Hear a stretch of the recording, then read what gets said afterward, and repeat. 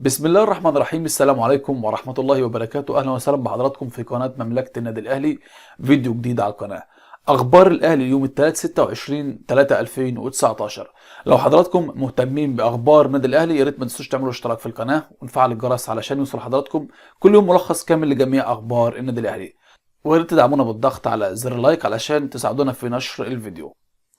اتمنى من خلال الفيديو ده نكون وفينا كل اخبار النادي الاهلي. اشوفكم ان شاء الله وارجع لكم بعد نهايه الملخص والتقرير الكامل لجميع اخبار النادي الاهلي. الكاف يوافق على طلب الأهلي ويوجه لقاء صن داونز. تخلص الجهاز الفني للنادي الأهلي بقيادة مارتن لاسارتي من أزمة كبيرة كانت تهدد مشوار الفريق في بطولتي الدوري العام المصري لكرة القدم وبطولة دوري أبطال أفريقيا بعد التعديل الذي أجراه الكاف في مواعيد مباريات دور الثمانية لبطولة دوري أبطال أفريقيا، حيث نجح النادي الأهلي في تأجيل لقاء صن داونز ليوم 6 إبريل القادم بدلا من إقامته يوم 5 من نفس الشهر، حيث وافق الاتحاد الافريقي لكرة القدم كاف برئاسة احمد على طلب النادي الاهلي بشأن تأجيل مواجهة صن داونز في ذهاب ربع نهائي دوري ابطال افريقيا لتقام يوم 6 ابريل القادم بدلا من الخامس من الشهر ذاته. كما وافق الاتحاد الافريقي على تأجيل مباراة العودة في مصر لتقام يوم 13 ابريل بدلا من 12 من الشهر ذاته، بعد ان تقدم النادي بطلب صباح اليوم لتأجيل اللقاء لمدة 24 ساعة بسبب الخوف من تعرض الفريق للإرهاق من خوض مباراة الاتحاد في الدوري ثم السفر إلى جنوب أفريقيا بعدها والوصول قبل يوم واحد فقط من لقاء بطل جنوب أفريقيا. وكان كابتن سيد عبد الحفيظ مدير الكرة بالنادي الأهلي أجرى اتصالات مع الاتحاد الأفريقي لكرة القدم كاف من أجل تأجيل مباراة الأهلي أمام صن داونز الجنوب أفريقي المقرر إقامته يوم 5 إبريل في دور الثمانية لبطولة دوري أبطال أفريقيا لمدة يوم واحد لتقام يوم 6 إبريل نظرا لظروف الطيران وعدم وجود رحلة طيران مناسبة للسفر إلى جنوب أفريقيا وارتباط الفريق بمباراة أمام فريق الاتحاد السكندري يوم 2 إبريل في بطولة الدوري العام. وكان عبد الحفيظ قد أكد أن هناك صعوبة كبيرة في إقامة المباراة يوم 5 إبريل، خصوصا أن الفريق سوف يصل إلى جنوب أفريقيا يوم 4 قبل المباراة ب 24 ساعة فقط، والأمر الذي يمثل ضغطا كبيرا على اللاعبين جراء رحلة الطيران الشاقة إلى جنوب أفريقيا وعدم حصولهم على الراحة اللازمة قبل مواجهة صن داونز الجنوب أفريقي. مارتن لاسارتي يجهز مفاجأة للزمالك بهذا اللاعب وأشرف صبحي الأهلي نادي قومي. يجهز الجهاز الفني للنادي الأهلي بقيادة مارتن لاسارتي حسام عاشور لاعب الوسط المشاركة في المباراة القادمة أمام الزمالك، ويغيب كريم نيدفيد عن اللقاء المرتقب بسبب الإيقاف، حيث بات حسام عاشور الأقرب للمشاركة في وسط الأهلي بدلا منه. ويستعد الأهلي لمواجهة الزمالك يوم السبت القادم على استاد برج العرب بالإسكندرية في المباراة المؤجلة من الجولة 17 لمسابقة الدوري الممتاز. مارتن لاسارتي يستقر على ملامح تشكيل الأهلي أمام الزمالك ومفاجأة على الدكة. يجهز مارتن لاسارتي المدير الفني بالنادي الأهلي لاعبيه من أجل خوض لقاء السبت القادم أمام الغريم التقليدي نادي الزمالك في إطار مباراة الجولة 17 من عمر بطولة الدوري العام المصري. ويعقد لاسارتي اجتماعات فنية مع جهازه المعاون من أجل الاستقرار على التشكيل الفني المناسب للقاء القمة من أجل تحقيق الفوز والصعود إلى قمة البطولة، خاصة أن مباراة شهر إبريل ستحسم بشكل كبير شكل المنافسة على لقب بطولة الدوري العام ومصير الفرق في بطولة دوري أبطال أفريقيا. لذا يسعى مارتن لاسارتي للفوز بهذه القمة حتى يدخل هذه المعمعة بمعنويات عالية. مارتن لاسارتي يستقر على رمضان وأجاييه. واستقر مارتن لاسارتي على بعض ملامح تشكيل الأهلي أمام الزمالك، حيث سيتم الدفع بالثنائي جونيور أجاييه ورمضان صبحي في التشكيل الأساسي للفريق، على أن يبقى الثنائي حسين الشحات وجرالدو على دكة البدلاء كأوراق رابحة تحسبا للدفع بهم في الشوط الثاني. أحمد فتحي لم يخض أي لقاء رسمي مع لاسارتي حتى الآن بسبب الإصابة الطويلة التي تعرض لها اللاعب، فنزوله في لقاء الزمالك لن يفيد الفريق فنيا، لأن اللقاء يحتاج لاعب شارك مع لاسارتي ونفذ فكره التدريبي. مشاركة أحمد فتحي احتمال نجاحه 50%. عزومة سناكس للاعبي الأهلي. حرص الكابتن سيد عبد الحفيظ مدير الكرة بالنادي الأهلي على عزومة لاعبي الفريق بعد انتهاء مران الفريق الاثنين، والذي يأتي استعدادا لمواجهة الزمالك. وأحضر الكابتن سيد عبد الحفيظ سناكس للاعبين قبل أن يتحدث عن أهمية الفترة القادمة ووضع العديد من المحاذير للمرحلة المقبلة، أبرزها إعادة العمل بقرار منع التحدث لوسائل الإعلام وعدم التأخر عن موعد التدريبات والالتزام بتعليمات الخواجة الفنية فيما يخص مواجهة الزمالك المهمة، والابتعاد عن السوشيال ميديا وعدم التفاعل مع رواد مواقع التواصل الاجتماعي نهائيا. الأهلي يكذب مرتضى منصور ويرد على تواجد نجل عبد الفتاح بأكاديمية النادي. نفى خالد بيبو مدير الأكاديميات بالنادي الأهلي ما تردد بشأن تواجد نجل عصام عبد الفتاح عضو اتحاد الكرة والمشرف على لجنة الحكام بأي أكاديميات تخص النادي. وكان رئيس نادي الزمالك قد فتح النار على المشرف العام على لجنة الحكام وتحدث عن وجود نجله في أكاديمية النادي الأهلي. خالد بيبو: نجل عبد الفتاح غير مقيد في أكاديمية الأهلي. وقال خالد بيبو في تصريحات صحفية: نجل عصام عبد الفتاح غير مقيد بأكاديمية النادي الأهلي كما تردد.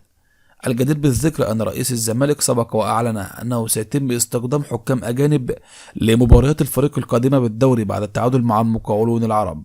عبد الفتاح لمرتضى نجلي اسمه محمد مش عماد. نفى عصام عبد الفتاح عضو اتحاد الكرة المصري والمشرف العام على لجنة الحكام ما تردد بأن لديه نجل يدعى عماد ويلعب في أكاديمية تابعة للنادي الأهلي.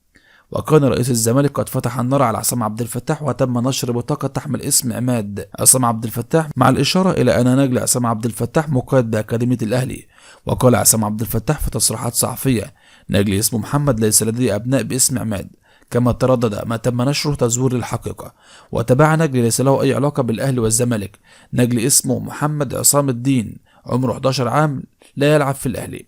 واختتم يلعب في أكاديمية اسمها بورتو تحمل اسم باب الشعرية. الجدير بالذكر أن خالد بيبو مدير أكاديمية النادي الأهلي نفى في وقت سابق أن يكون نجل عصام عبد الفتاح مقيد بأكاديمية النادي الأهلي.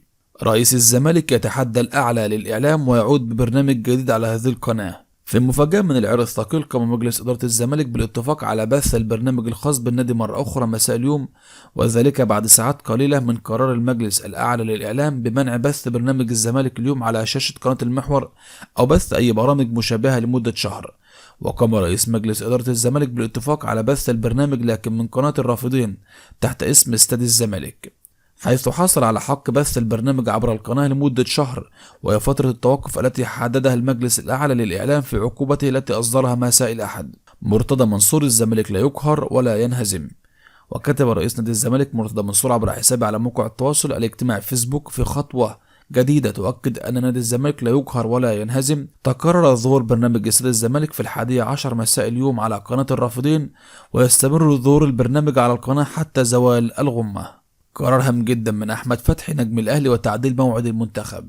بدأ كابتن أحمد فتحي لاعب النادي الأهلي التفكير جديا في الرحيل إلى الدوري السعودي الموسم القادم، في ظل تحفظه على فكرة البقاء احتياطيا مع تألق محمد هاني، وفي ظل امتلاء مركز الوسط المدافع بالعديد من الأسماء، ومنها حسام عاشور وحمدي فتحي وعمرو السولية وهشام محمد وكريم ندفد، ومع عودة أكرم توفيق من الإعارة نهاية الموسم الحالي من الجونة. أحمد فتحي يفكر في الرحيل للدوري السعودي في الصيف القادم. أحمد فتحي يرغب في الحصول على راتب سنوي كبير الموسم القادم، خاصة وأنه قد يكون الأخير له في مشواره مع الساحرة المستديرة، ومن ثم قد يرحل في الصيف القادم، خاصة وأنه يمتلك علاقات قوية مع مسؤولي أهلي جدة السعودي الذي طلب التعاقد معه في أكثر من مرة ولكن المفاوضات لم تكتمل. أحمد فتحي يطلب تحديد موقفه خلال جلسة مع سيد عبد الحفيظ. بات من المنتظر أن تشهد الفترة القادمة جلسة بين فتحي وسيد عبد الحفيظ مدير الكرة لبحث هذا الأمر الذي قد يتغير تماما حال عودة اللاعب للمشاركة من جديد في المباريات بشكل أساسي.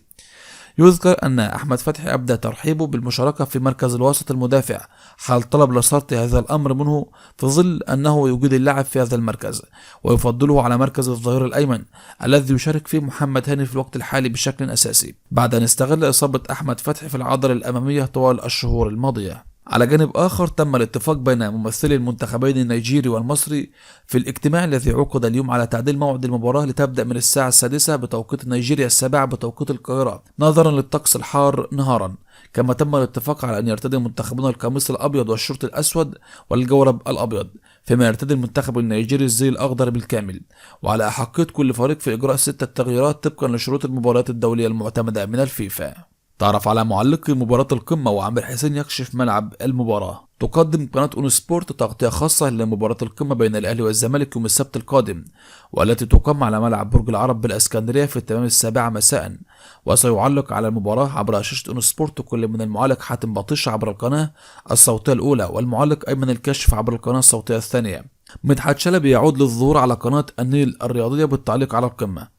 تقدر الإشارة هنا إلى أن معلق المباراة عبر شاشة قناة النيل الرياضية سيكون الإعلامي مدحت شلبي الذي يعود للظهور مجددا من خلال اللقاء بعد فترة غياب.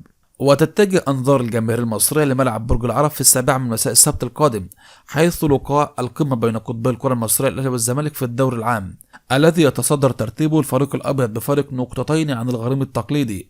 ويحظى لقاء الديربي المصري بين الغريمين بمتابعة جماهيرية واسعة في كل أنحاء الوطن العربي الكبير. رفض مجلس اتحاد الكرة ما يتردد عن وجود اتجاه لتأجيل مباراة القمة بين الأهلي والزمالك المقررة يوم السبت القادم على استاد برج العرب. وقال مصدر باتحاد الكرة إنه لا توجد أي نية لتأجيل اللقاء كما يتردد، موضحا أن القرارات التي تم اتخاذها ضد نادي الزمالك أمس لن تؤثر على إقامة القمة في موعدها. يذكر أن اتحاد الكرة أعلن في وقت سابق إقامة القمة ببرج العرب بحضور 15 فردا لكل نادي. ملعب الجيش يحتضن قمة الأهلي والزمالك. وأكد عامر حسين رئيس لجنة المسابقات بالاتحاد المصري أن ملعب الجيش ببرج العرب سيكون جاهز خلال الفترة القادمة لاستضافة مباريات القمة بين الأهلي والزمالك، وكذلك مباريات الفريقين بالبطولة الأفريقية. وأعد عامر حسين تقريرا مفصلا عن ملعب مباراة القمة بعد زيارة قام بها للملعب اليوم، ليتأكد من جاهزيته لمباراة القمة ومنافسات الأندية المصرية في بطولة أفريقيا. وقال عامر حسين في تصريحات إذاعية عبر أون سبورت FM: تواصلنا مع الاتحاد الأفريقي لشرح أزمة ملعب برج العرب وتبرير سوء الأرضية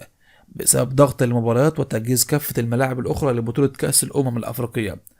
أضاف: تأكدنا من جاهزية ملعب برج العرب لمباراة القمة وكذلك لمباراة الزمالك والأهلي الأفريقية فيما بعد.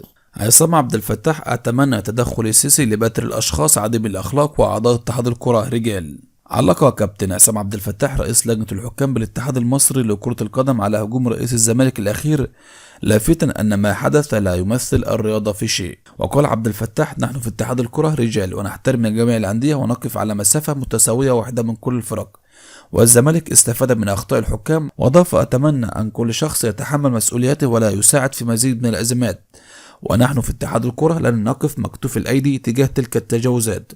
وتبع: أتمنى تدخل الرئيس عبد الفتاح السيسي لبتر كل شخص عديم الأخلاق. ونفى عصام عبد الفتاح ما تردد بأن لديه نجل يدعى عماد ويلعب في أكاديمية تابعة للنادي الأهلي، بعدما كان رئيس الزمالك نشر بطاقة تحمل اسم عماد عصام عبد الفتاح مع الإشارة إلى أنه نجل عصام عبد الفتاح ومقيد بأكاديمية الأهلي.